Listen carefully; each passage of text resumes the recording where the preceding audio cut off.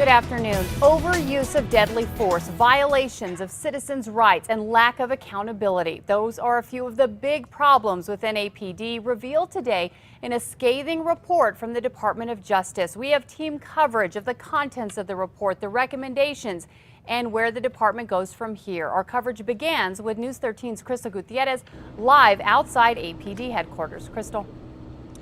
Yeah, Kim, the DOJ report says there were people APD officers killed that they didn't have to, and the DOJ pointed out that the problems run from the top down.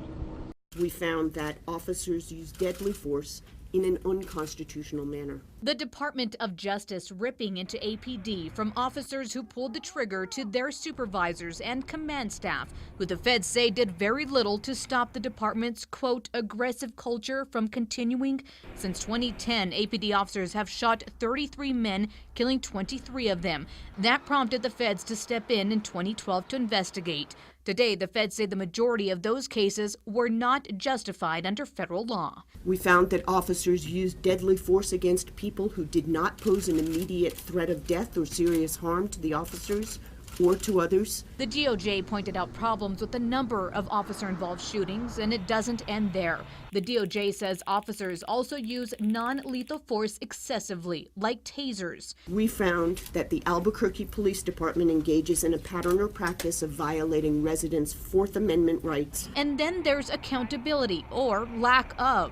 Improper force incidents were not properly investigated, documented, or addressed with corrective measures. The DOJ says it found problematic police behavior that involved excessive force was not always thoroughly reviewed. The Internal Affairs Department that's supposed to keep officers in check is, quote, inadequate. The DOJ found officers not properly documenting when they used excessive force, others not reporting it at all. The feds acknowledge that APD is trying to make changes, but with the new police chief's recent comments that the controversial shooting death of James Boyd was justified, the DOJ says more needs to be done. The Department of Justice will remain actively engaged for as long as necessary to ensure sustainable reform and to help restore the community's trust in the police department.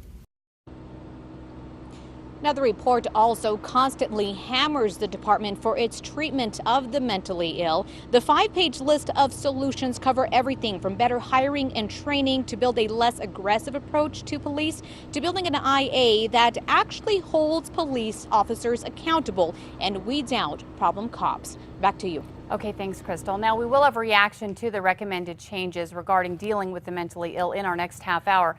In the meantime, work is already underway to implement the recommendations. The city and the DOJ will start hammering out a plan, but it could take months. And the feds are expected to install a monitor at APD to make sure the changes are made and the department is held accountable. In the report, the Department of Justice specifically pointed to 6 controversial shootings where officers shot and killed civilians who did not pose a threat to officers or others. News 13's Dean Staley has that part of our coverage. They are at the heart of the findings against APD. Cases where the DOJ says Albuquerque police did not need to shoot, did anyway, and killed people. February of 2009, Officer Justin Montgomery shot and killed Andrew Lopez. Officer Montgomery thought the young man had been involved in a shooting and was armed. Turns out he wasn't. Montgomery shot Lopez from behind the cover of a truck, wounded him, then walked up to him and shot him in the heart, killing him. Then there's the high-profile Kenneth Ellis shooting in January of 2010. The Iraq war vet who suffered from PTSD was shot and killed while holding a gun to his own head. The shooting cost the city $8 million. March of 2010, Officer Kevin Sanchez shot and killed Mickey Owings in a Walmart parking lot off Coors and Ouray. Police were investigating a stolen car. When Owings backed his car into an unmarked police car, Officer Sanchez went up to the car and shot and killed Owings. Owings did not have a weapon. May of 2011, Officer Sean Wallace shot and killed Alan Gomez during a SWAT standoff. Officer Wallace shot him while he stood unarmed on his porch. Wallace has now shot 3 unarmed men. Then, 2 years ago, Officer Martin Smith shot and killed Daniel Tillison.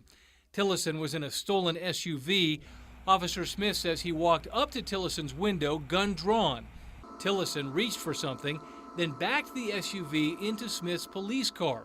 Smith fired 2 shots, killing Tillison. Turns out Tillison was holding a cell phone. The report says if Officer Smith saw Tillison as a threat, he should have moved away from him, not toward him. Dean Staley, KRQE News 13. Now, the DOJ handed some of those cases over to the FBI, meaning some of the officers involved could be facing criminal charges.